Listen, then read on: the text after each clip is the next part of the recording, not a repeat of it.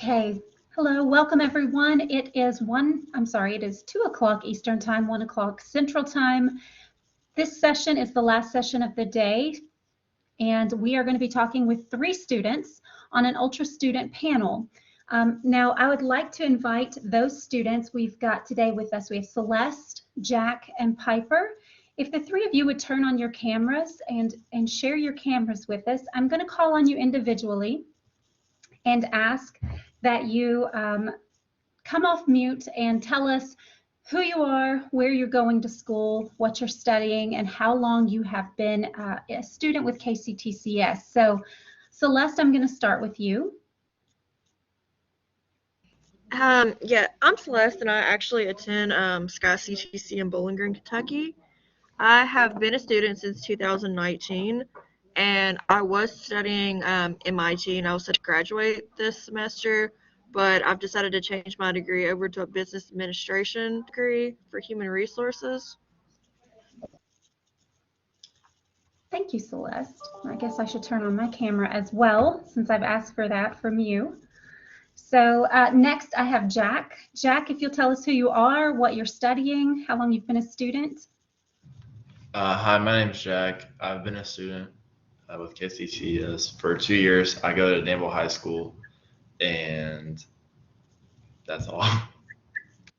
So you're a dual credit student then. Do you know what you're planning to study next when you do go into college? Math and Chinese. Math and Chinese. Awesome. Thank you, Jack. And last, Piper, I would like for you to come on camera for us and introduce yourself, if you would. Tell us what you're studying and how long you've been a student here at KCTCS. I have been a student here for a couple years. I have been taking dual credit courses sporadically. When COVID began, I started full-time at SKYCTC. So I'm taking 5 classes a semester, and I want to major in psychology and deaf studies. Fantastic. So you're also a dual credit student right now? Yes, ma'am. That's awesome. Which high school do you attend? I am technically homeschooled because I'm taking all of my classes through Sky and Western. Awesome. Very well. Very awesome. That's fantastic. I didn't realize we had 2 dual credit students on the call, so getting a little bit different perspective. So when I was speaking with you, and I didn't get a chance to speak to Piper last week, but when I was speaking with these students, we had planned on talking about the transition from Learn Original to Ultra. And what I discovered talking to students was that there's no problem. It was not a difficulty. They didn't really even, they were like, I don't even know what I'm going to talk about because it's just not a big deal. So I have flipped the script just a little bit, and I want to talk instead of talking about Blackboard Ultra, since that seemed to be an easy move for all 3 of the students. I want to talk about just online classes in general. So Piper, I see your face on my screen at the moment. So I'm going to start with you. Why did you decide to start taking online classes? When COVID began, my father was diagnosed with cancer the year before, so we were having to be very specific about quarantining and being safe. So instead of going to high school, I decided to take all online courses so that I could still earn my associate degrees and be able to school but not have to put my family in danger. So what I've noticed with online courses is that it's an easy way to get all of the content, and it definitely helps with like scheduling issues. I have a lot of doctor's appointments, so being able to take online classes has definitely helped with that. Fantastic. Thank you for sharing that very personal story. Celeste, can you tell us why you started taking online courses? Yes, back in 2019, I was working 60 hours a week at a factory. I know, between 60 and 75, so it just kind of depends. So I didn't have time to actually come in physically on campus. So I enrolled in online because it was flexible, and most of my instructors already had most of the work laid out, so I could work at my own pace, or for other classes that didn't, I would, just try my best to catch up and get my work done throughout the week without having to actually, be on campus and worry about being late or not coming or something happening due to inclement weather as well. And now it's 2022 and I have a child that's always sick literally every 2 weeks in Vanderbilt over his heart and stuff, so I can take my laptop with me and never miss a beat. I am just blown away by the two amazing personal stories that led two students to online. Folks, I did not know this. I didn't get that information previously. Jack, can you tell us why you took online classes? I took online classes because it was a lot easier with scheduling, of course, and then it just allows you to get everything done a little bit quicker, especially with me since I play sports. So I can do classes in the morning, go work out at the gym, then go to practice and come home late at night and do all my work instead of actually physically having to go in on a regular schedule. Awesome. So Jack, you've talked about several of the advantages. Actually, many of you have talked about several of the advantages of online learning. Are there any additional advantages that you haven't mentioned that you can think of?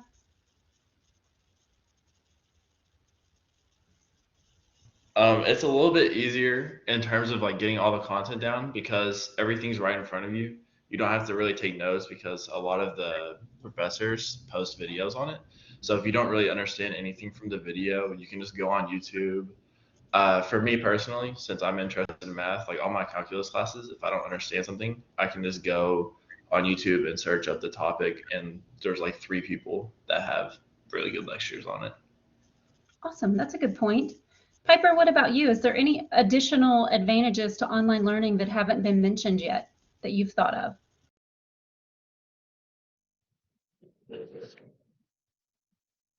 Not necessarily. What I do enjoy about online learning, though, is the ability to work ahead in some courses, because a lot of classes and a lot of students, if they know that they're going to have a week or two where they're really, really busy, they can work ahead and make sure to get that done on time and not have to worry about missing the classes during that or getting behind, because they can work ahead and have all of the content with them.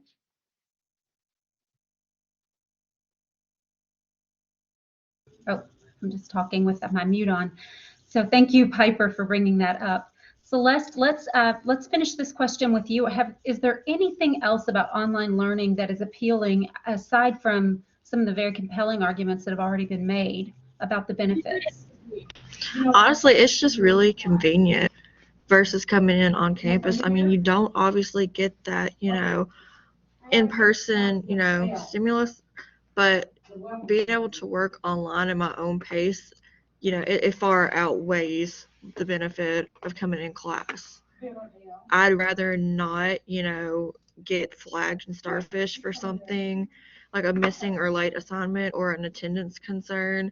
So honestly, just working online has been the most beneficial way for me outside of having to do an internship. I imagine, having worked 60 hours a week and also with a sick child, that getting on campus wasn't just inconvenient, it was at times a near impossibility, if not most of the time an impossibility. It is.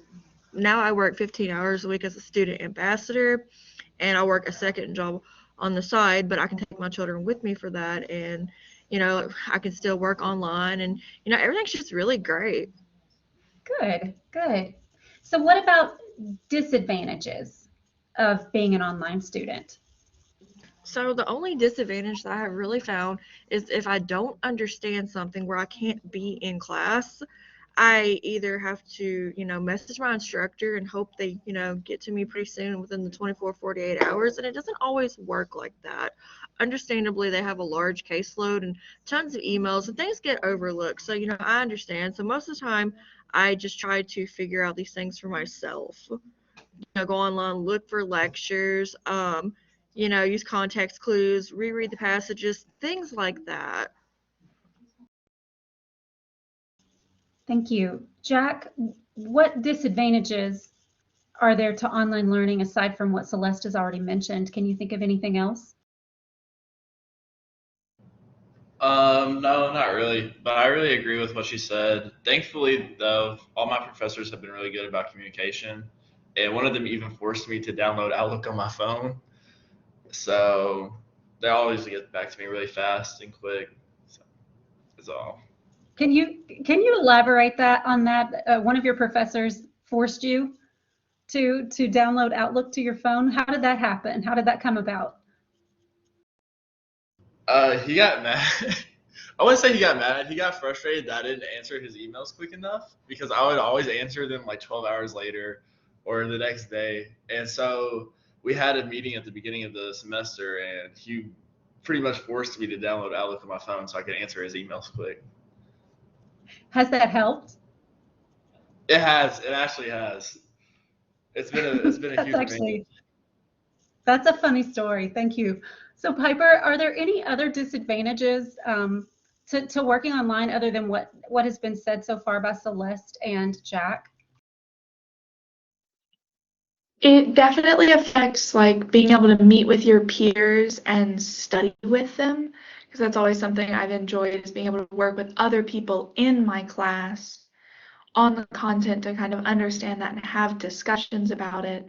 And so it definitely hinders that ability to communicate with other students and get their perspective on certain topics or content. So have you made any efforts, or have the faculty in the courses that you're taking, Piper, made any efforts to set up those peer study groups? And if so, have they been successful? Yes, yeah, Blackboard Ultra has like a study hub thing where they can create discussion boards that are specifically for small groups of students. And so I've had a couple teachers who do that. So it's 3 or 4 of us. If we have any question at all, we can just post in that discussion board and have other students there to help answer those questions. And another one of my professors had us do voice threads. So they were videos of us instead of just like typing out responses. We were talking and communicating. Okay. And did you like that? Was that useful and helpful? I think it definitely was. I preferred the study groups over the voice threads, but I think both were really great and definitely helped better what we were learning and how much we learned of the content. Awesome. And were those study groups, those were just for studying, or were they actual group work activities that kind of also became study groups?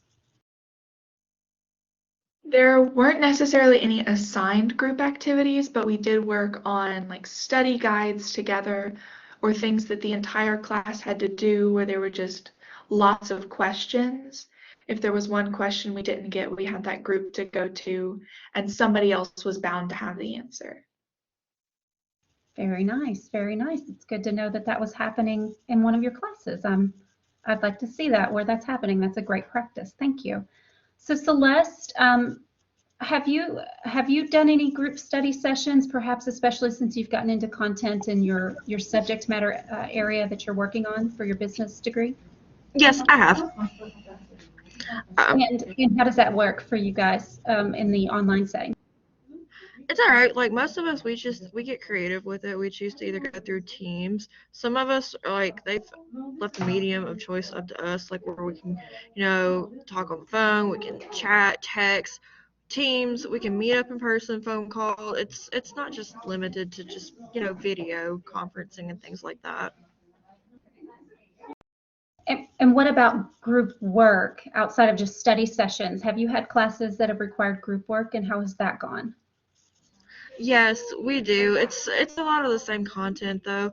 For the group work, we just choose how we want to, go by, working together and presenting this. Like it doesn't all just have to be online. I have Mr. Starnes right now. He's just kind of letting us, decide. We have like there's like a kind of like an open journal prompt where everybody can uh, comment on it, and those who are assigned to certain groups, we all get together and we do like a Teams chat or a phone call, or we all video, and we just kind of decide what we want to do from there for the assignment. Okay. Jack, what about you? Have you had group work in your online classes, and how has that gone? Yeah, I have. I've actually had a lot of discussion boards, especially in my economics classes when I first started, and those were really helpful. But now that I'm doing more mathematical based classes, there hasn't been a whole lot of discussion boards because it's kind of hard to do that sort of stuff. So that's about it. What about any study sessions? Have you set up any study sessions with other KCTCS students in, let's say, your math classes that you're taking right now? No, I haven't with other students. My math class right now only has 3 people in it, so it's kind of hard because they also have jobs. They're a lot older than me, so I think they all do it at night. But I have with my professors, like Professor Mohibian is really good about it. So what he does is if you take an exam, then you can go back over the exam with him and he'll like work you through the problems. And he does that for like everyone. Or if you have a question, he responds really fast and shows you detailed solutions and stuff like that. So I've been really Does, thankful that that exists. does he require those one-on-one sessions? No, but he really like highly encourages them and they're very helpful. That's good to know. So my next question, and I'm going to start with you, Jack. I don't think I've started with you yet. Think of your best course, your best online course. What did the professors do in that course? And you don't have to name the course or the professor unless you just want to give a shout out. But what did the professors do in that course to make that be such a great course? What was it about the course that made it so good? Oops, sorry. They had a lot of YouTube videos, so they custom made these YouTube videos and these worksheets that you could do. And before every exam or anything, they would have a massive worksheet. And if you, as long as you work through the worksheet, there's no like possible way that you could get below a 70, and that always helped, especially if you were doing the videos with it. So I thought that was really neat. I've never had a professor do that, make custom videos before. What about you, Piper? Think about one of your best classes you've ever taken. What was special about that class? What did the faculty member do to make that such a great class and experience for you? One of my favorite online courses I took pretty early when I started with dual credit, and it was a math course. And I've never been great at math, but the teacher really worked to any questions that I had. She would either point me to a video or a document that could help, or she'd answer the question in an email. She was always willing to meet with me to help get through those courses, to understand the content and not just answer the questions on the test. She made sure that we all learned what we were trying to learn. And so it also sounds similar to Jack. There was just a lot of personal connection between you and the instructor. How did the instructor go about encouraging that connection between the two of you so that you could take advantage of that time with her? At the beginning of the semester, she posted her email, her office hours, things like that, things that are normally in the syllabus. She made sure to post them in post announcements, either every week or every other week. Make sure to reach out to certain students individually if they were having a hard time with the course, things like that. She'd just make sure to reach out to whoever she could so that we knew we could go to her if we had issues. Fantastic. And what about you, Celeste? If you think about your best online course, what was it that the instructor did to make that successful? I've actually had a couple of really great teachers, and I'll go ahead and name them. Carmen Gaskins was one of my favorite, Dr. Renee White, and Amy Norad. They're all really great. Julie Dent. I've got like so many great teachers. I can't really complain, honestly. And they laid, all their information out, their syllabus, weekly announcements. They responded within, 24 hours, sometimes even sooner. Sometimes they would even call me, which was surprising, which I'm thankful for, whatever. And they would, with each announcement, have some of them would give their personal phone numbers out, or a number that they could be reached at the school. Their email would like to know if anybody's having trouble with anything, and how to contact them. And we would have like lectures every week to where they're very in-depth. It wasn't just rushed through. And they give us multiple attempts to work a assignment until we got it right. Sometimes 3, sometimes 4, depending on the instructor. And with a lot of it, like with our exams, you'd get not 1 time, but 2 times to try to work it. And they would lay all of your work out. Most of them would lay all of the work out at, as soon as the course opened. So if you did work ahead and you did have questions, you could still be able to work ahead and, talk with your instructor before it's due. I just thought it was really nice.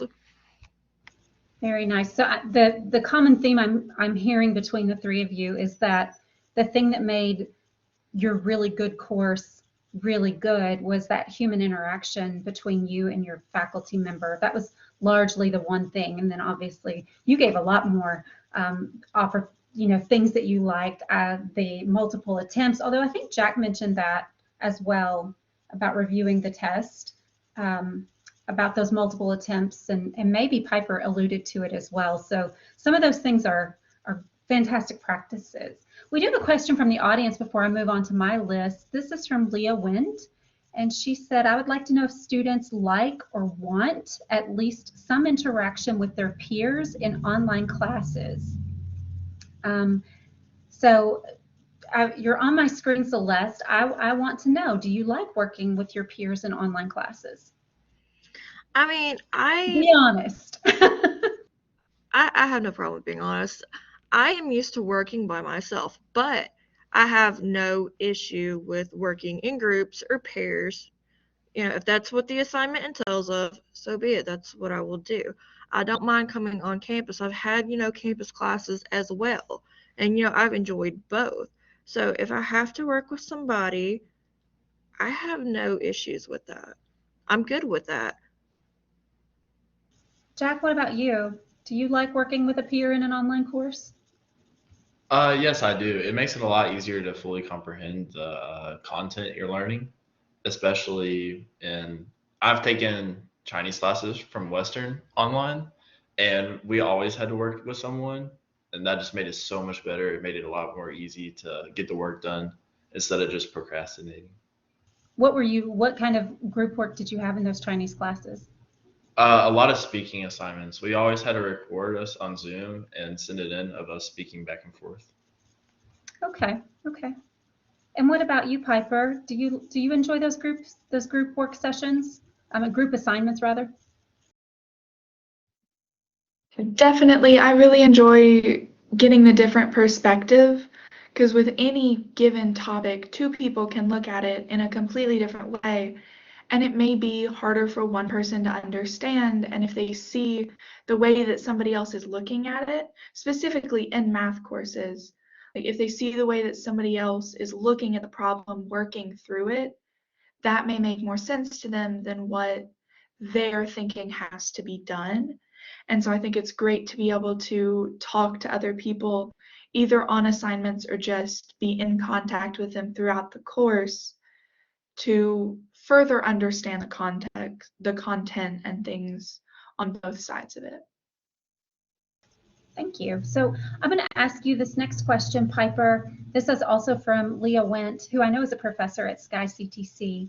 She says, would these students be interested in synchronous sessions offered weekly or regularly to go over content? And she didn't mention for these synchronous sessions, those are sessions where you're live with the faculty. She didn't mention if that would be a large group with your entire course or if it would just be you and the faculty member. I think it sounds like all of you have done those one-on-ones with faculty, so I'm going to narrow that down to more group or class sessions with the professor. Is that something of interest to you, or have you even done it?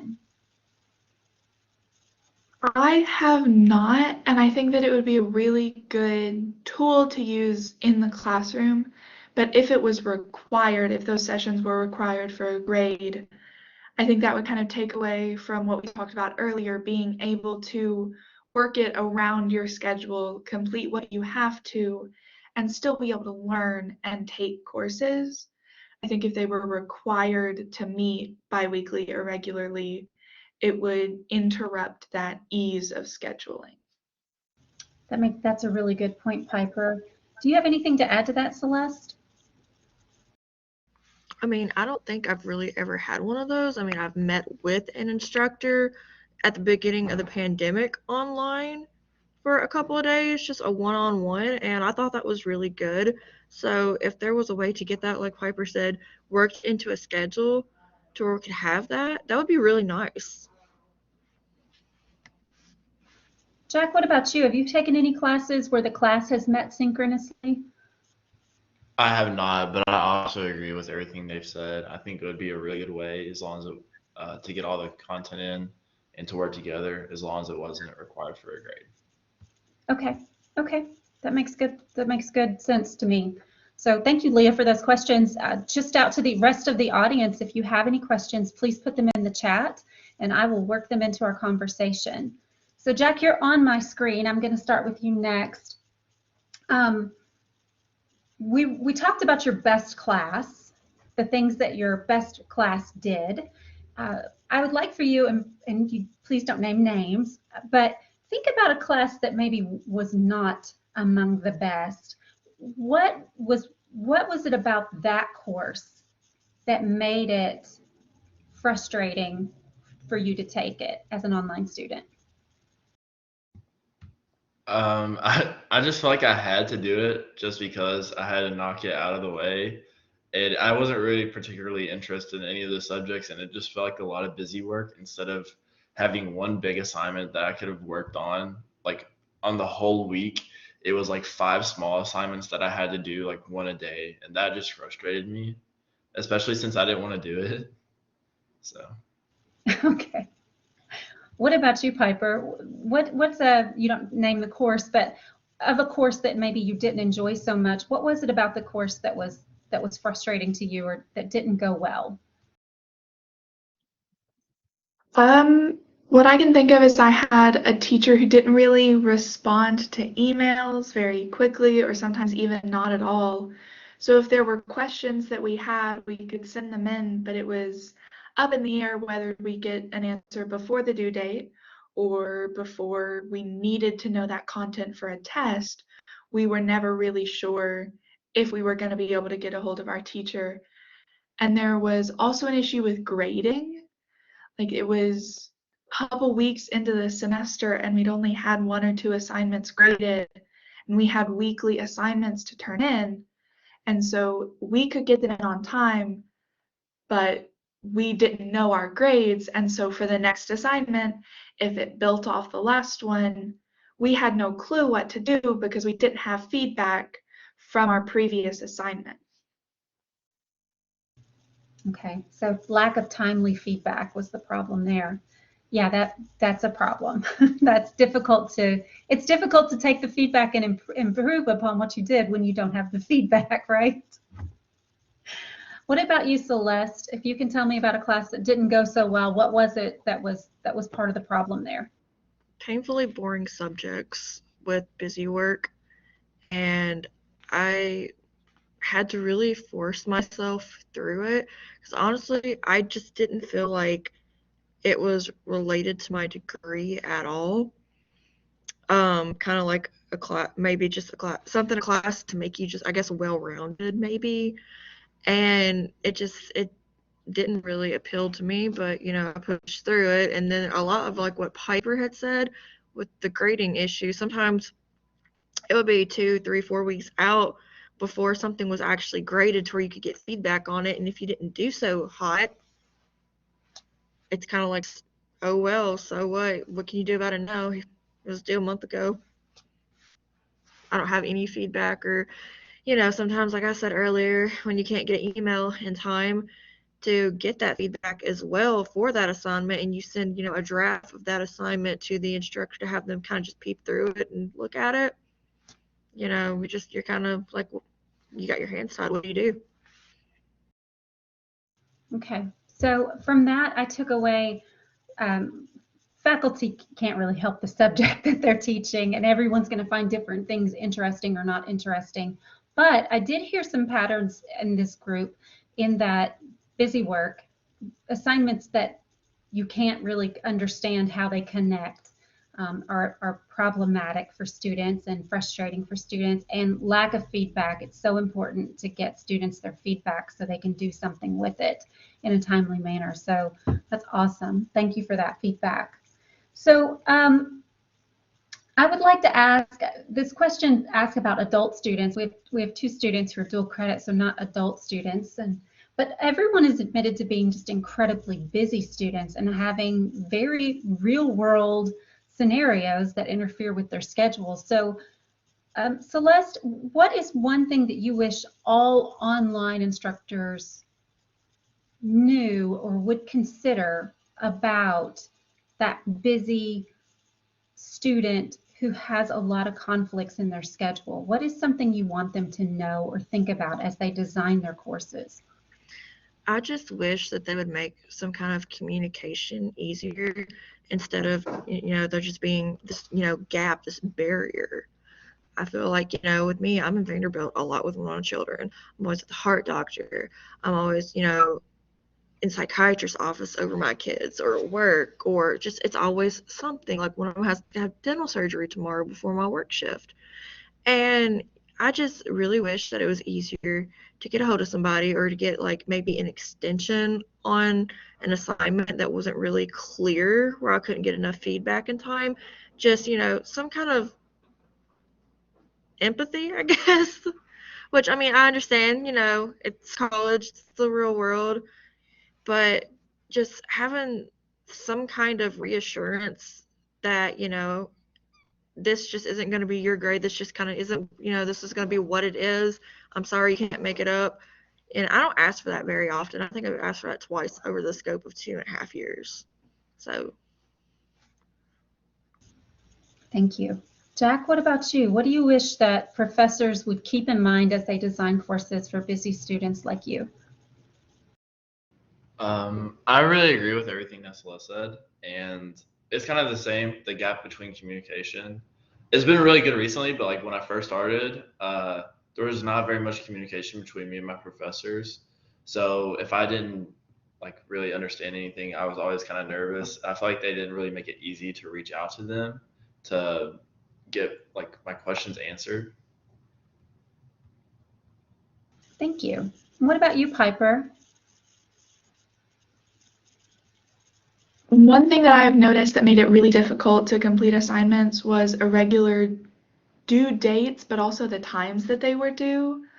I had one course specifically where some assignments were due at 11:59 p.m. And so we could get home from school, finish the assignment, and it would be fine. And then I'd have some that were due at 4 o'clock that I didn't have time to complete unless I completed them earlier in the week. But as much as I worked up to that, I wasn't really made aware of that change in time unless I looked into the grade book, into the assignment, into the due date, and then checked the time. And I wasn't aware that I needed to do that. I assumed that everything would be due at the same time on the same day because everything was due on Fridays. So I assumed that they would all be due 11:59 on Friday. They weren't, and so I had a couple of issues earlier in the semester. I had a couple of assignments that were marked as late because I didn't know when it was due. It wasn't communicated that this specific assignment is due differently than all of the others. That's a really good point, Piper. I will say that we've had conversations with faculty about when is a better due date. Is it Friday afternoon, or is it Monday, or is it Sunday? And I would like to just follow up on that, because we do have two dual credit students, but we also have an adult student who's working and has children and other things going on there as well.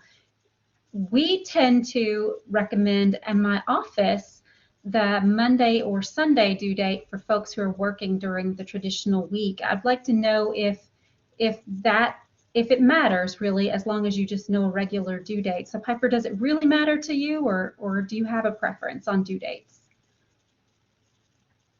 It doesn't really matter as long as it's communicated ahead of time what is expected and when the content will be released for us to start on. I think if an assignment is due on Friday, go ahead and release the next assignment and let the student see it that Friday or the Saturday after, so they have that Saturday and Sunday to work on it if they have no time during the week. But Awesome. if it's due on Sunday, I think it's okay to wait until Monday to release it, because then they have the next Saturday and Sunday. Just give a regular schedule of releasing assignments, opening content, having the due dates. Okay, so having those things, and those things can all be set in advance so they just automatically open for students. Jack, do you have a preference?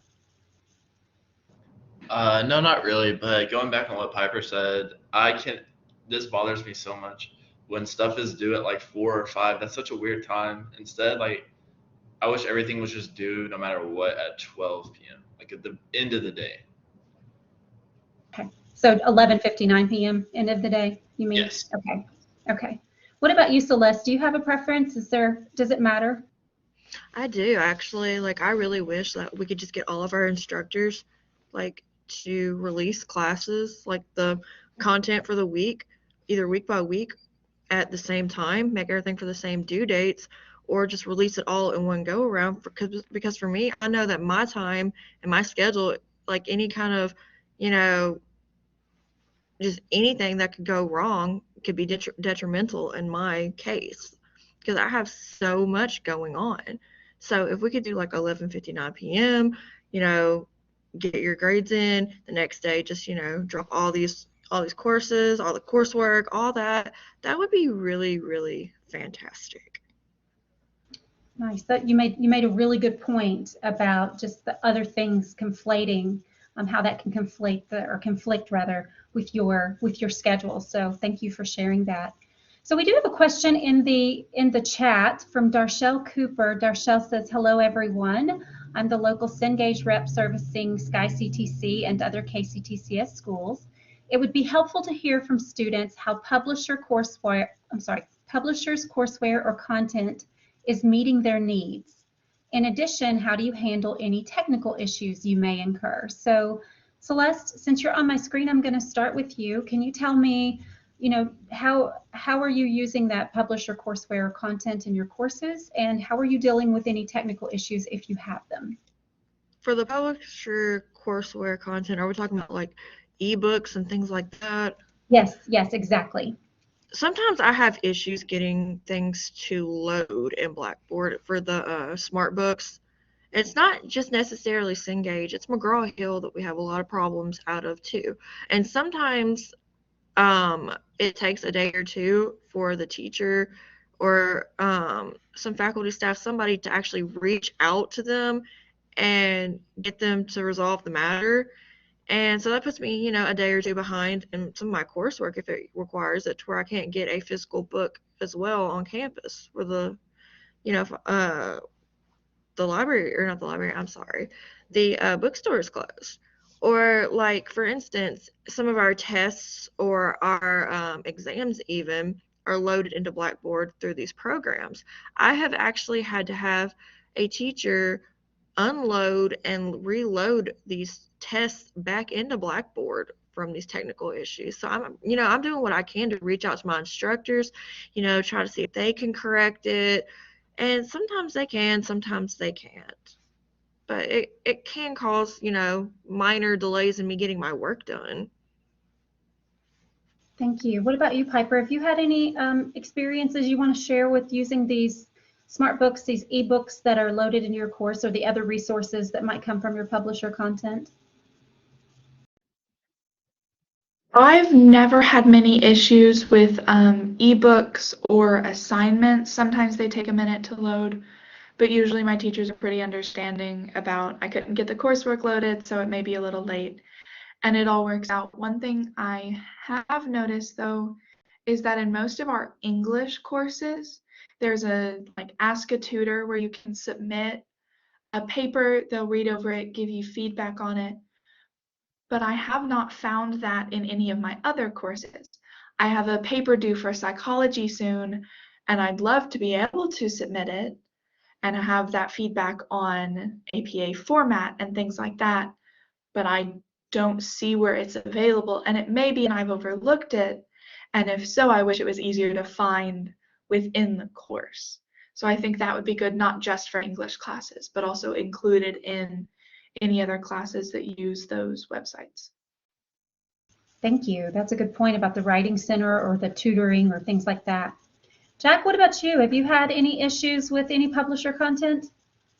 Yes, I have. Whenever I was going to school in person, my coursework wouldn't load in school, and at home it always loads. Like I've had no problems at school, but sorry, at home. But in school, I guess it was blocked or something on the school's Wi-Fi, and it would never load. Like it would open, but it just wouldn't load. And then going back on what Piper said about the Ask a Tutor and how you would submit your paper for your English classes, that was hard to even find for like my English classes. I had to look up how to find it. I wish they made it like a little bit easier to find. Okay, awesome. Thank you. Thank you for that. So, Piper, I will say that Leah messaged you in the chat if you did not see it, and it says that if you use Cengage, that tool should also be there, the Ask a Tutor. She said that most psych classes at SKYCTC use the Cengage publishing content, so that Yeah, might be. We do use Cengage, but I clicked around for like half an hour and could not find it. So it may just be that I have overlooked it, but as Jack said, it would be more helpful if it was easier to find and students were made aware of that resource. Yeah, that's a fantastic point. I think if those resources exist, they should be easy to find for students. So I have one question remaining, and we still have the chat open. We've got 10 minutes remaining in this session if there are questions in here for that from the audience. But I would like to ask one more question to all of you. And Jack, I'm going to start with you on this one. Our audience today is primarily faculty who teach online. Is there anything else that you would like them to know about online learning from your perspective? There's really nothing I can think of right now specifically, but I'm sure the other participants will have something. Okay, Piper, do you have anything else to add? Any advice, last advice to give to the faculty on today's session? Not necessarily. I think just what we've talked about previously, empathy to extensions, things like that, responding to emails on time, grading assignments, things like that. But other than that, I think most of our online courses here at KCTCS and Sky specifically are really great, and our faculty does overall a really good job. Thank you. And what about you, Celeste? Is there any additional piece of advice that you would like to give? I agree with a lot of what Piper has said about the things that we've mentioned, but I also feel like, our staff, our teachers, they need to know that, despite some of these barriers, they're doing a really great job. Because if it wasn't for them, and helping us and giving us any kind of feedback whatsoever and just being, a great part of SKYCTC, we wouldn't, as students, we wouldn't be here. We wouldn't bother. So I think that they're doing great despite some of the barriers. They're appreciated. Thank you. Thank you. That's a lovely way to end this session. If that's the end of this session, I am going to just remind folks, if you have a question, you've got like 1 minute to put it in the chat. So we're just going to hold on for just a second. So one person in the chat did just say, thank you for sharing. You're very generous. Your teachers appreciate you, and that your feedback today has been very appreciated. So I definitely want to say, for me as well, this has been truly a blessing to talk to the three of you. This session didn't quite go as I had originally planned, but I think it turned out much, much better and definitely highlighted some of the really fantastic things that are happening at KCTCS, but also some of the things that our faculty need to think about as they're designing these courses. So thank you so very much. I'm going to let the three of you go because I know you're all incredibly busy. So thank you so much. And for the rest of you, I would like to just say thank you for attending today's session. This is the last Ultra Week session for today. We do start back first thing tomorrow morning, 10 a.m. Eastern Standard Time. Julie will be starting us off the day talking about creating banners. I know there's been a lot of chat and buzz around getting banners in your courses. So be sure to come back tomorrow at 10 a.m. We look forward to seeing you, and thank you again for joining us today. Bye, everyone.